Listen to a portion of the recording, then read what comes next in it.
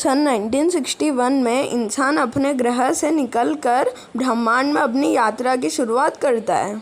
इस स्टार्टिंग के साथ ही इंसान ने ब्रह्मांड के रहस्य का पीछा करना भी शुरू कर दिया था। लेकिन इन सब के बावजूद भी हम इंसान हमारी विजिबल यूनिवर्स का सिर्फ 4% हिस्सा ही एक्सप्लोर कर पाए और हमें ये भी नहीं पता कि हमारे यूनिवर्स के बाहर का हिस्सा आखिर कितना बड़ा है। हमारा यूनिवर्स हर रोज फैल रहा है, लेकिन स्टार्टिंग में ये इतना बड़ा नहीं था। यूनिवर्स पहले एक छोटे से डॉट इतना बड़ा ही था। चलिए तो आप सभी को हम ले चलते एक ऐसी जर्नी पर जहाँ पर आप जानेंगे यूनिवर्स की पूरी कहानी। समय था आज से 13.8 अरब साल पहले का, जब हमारा यूनिवर्स एक परमाणु से भी छोटी चीज थी और यही इन्फानाइट यूनिवर्स से भरा हुआ था। और इस छोटे से डॉट में एक ब्लास्ट होता है जो 7.8 करोड़ किलोमीटर में फैल जाता है और इस ब्लास्ट को हम बिग बैंग के भी नाम से जानते हैं। बिग बैंग के कारण ये यूनिवर्स एक्सपैंड होने लगता है और ये लाखों करोड़ों साल तक एक्सपैंड होते जाता है। और इस यूनिवर्स के एक्सपैंड के साथ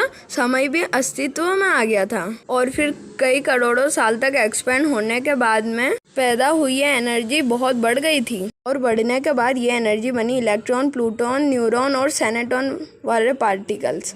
ये एटॉमिक पार्टिकल आगे चल के मैटर और एंटी मैटर का निर्माण करता है, लेकिन मैटर और एंटी मैटर एक दूसरे के अपोजिट होता है और इसलिए यह आपस में मिलकर एक दूसरे को खत्म कर देता है। और इसलिए जब ब्रह्मांड में मैटर का निर्माण हुआ तो उसे एंटी मैटर ने खत्म कर दिया।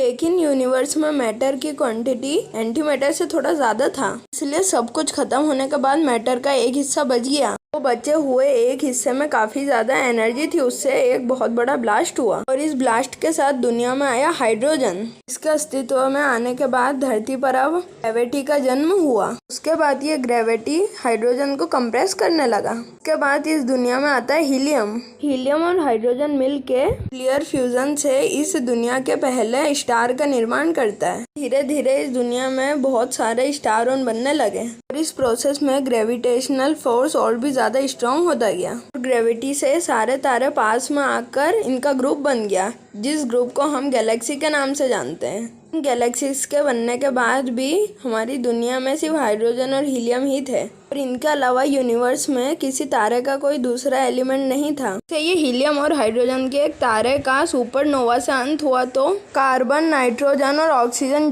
जैसे एलिमेंट्स का निर्माण हुआ। इन एलिमेंट्स के आने के बाद पूरा यूनिवर्स डस्ट पार्टिकल से भर गया। लेकिन एक और बार ग्रेविटी ने अपना कमाल दिखाया और ये सारे डस्ट पार्टिकल्स को एक कर दिया।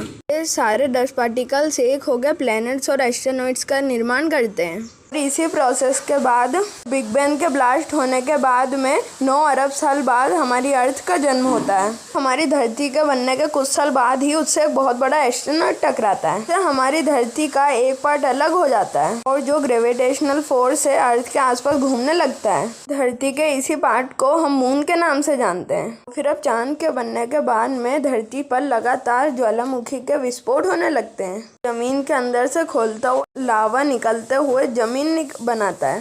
तो ज्वालामुखी के विस्फोट के साथ में धरती के अंदर से कार्बन और नाइट्रोजन की गैसेस भी धीरे धीरे बाहर आ रही थी, जो मिलकर धरती के ऊपर एटमॉस्फेयर बनाती है। और आज से करीब 4.2 अरब साल पहले धरती पर धीरे धीरे लिक्विड वाटर भी आ रहा था और फिर धरती पर लिक्विड वाटर के आते ही धरती पर ऑर्गेनिक लाइफ की शुरुआत होने लगी। उस समय धरती पर एक दिन 7 घंटे का हुआ करता था और देखते ही देखते समय बीतता गया और पानी के अंदर बैक्टीरिया पनपने लगे। से करीब 2.3 अरब साल पहले धरती पर पहली आइस एज की शुरुआत हुई और इस आइस एज के खत्म होने के साथ ही धरती धीरे धीरे गर्म होने लगी और आइस एज के खत्म होने के साथ ही ओशियंस और कॉन्टिनेंट्स में बदलाव होते गए। पहले आइस एज के खत्म होने के 1.3 अरब साल बाद और अब धरती पर धीरे धीरे एक्वाटिक एनिमल्स का जन्म होना शुरू हुआ और आज से 61 करोड़ साल पहले सबसे पहले समुद्री जीव का जन्म हुआ। फिर धीरे धीरे धरती पर पेड़ पौधे भी उगने लगे आराम से। आज से करीब 400 मिलियन साल पहले धरती पर पहले जंगल का निर्माण हुआ। उस समय एक दिन 22 घंटे का होता था। इसके बाद समुद्र में रहने वाले जीव धीरे धीरे बाहर आने लगे और आज से 30 करोड़ साल पहले एम्फीबियंस का जन्म हुआ और आज से 23 करोड़ साल पहले एवोल्यूशन के कारण डायनासोर ने धरती पर पहला कदम रखा। डायनासोर्स ने धरती पर 16 करोड़ साल राज किया और आज से 6 करोड़ साल पहले धरती पर एक एस्टेरॉयड के गिरने के कारण धरती पर से इतने बड़े जीवों का नामो निशान मिट गया। डायनासोर्स का वजूद खत्म होते ही धरती पर 21 करोड़ साल पहले धरती पर पहली बार मैमल्स का जन्म हुआ। समय के साथ इन्होंने अपने आप को विकसित करना भी शुरू कर दिया। डायनासोर्स का अंत हुआ जब इनका आकार चूहों जितना था, लेकिन समय के साथ ये बहुत बड़े होने लगे और आज से 24 लाख साल पहले धरती पर इंसानी प्रजाति होमो हेबिलिस का जन्म हुआ। उसके बाद ये होमो हेबिलिस इवोल्यूशन के चलते होमो साइफर में कन्वर्ट हो गए। आज से 11,000 साल पहले हमारे पूर्वज खेती के बारे में जानते भी नहीं थे और वो जानवरों को मांस खा कर ही अपना पेट भरते थे, लेकिन उसके बाद इंसानों ने खेती करना शुरू करा और वो नॉन वेजिटेरियन से वेजिटेरियन बन गए। और इंसान की तरक्की में सबसे पहला मोड़ जब आया, इंसानों ने पहली बार गीज़ा का पिरामिड बनाया जो अभी 7 अजूबों में आता है। उसके बाद इंसान लगातार तरक्की करता गया और फिर शुरुआत हुई ग्लोबलाइजेशन की और फिर फ्रांस जैसे देशों ने अमेरिका कॉन्टिनेंट तक अपना साम्राज्य बना लिया।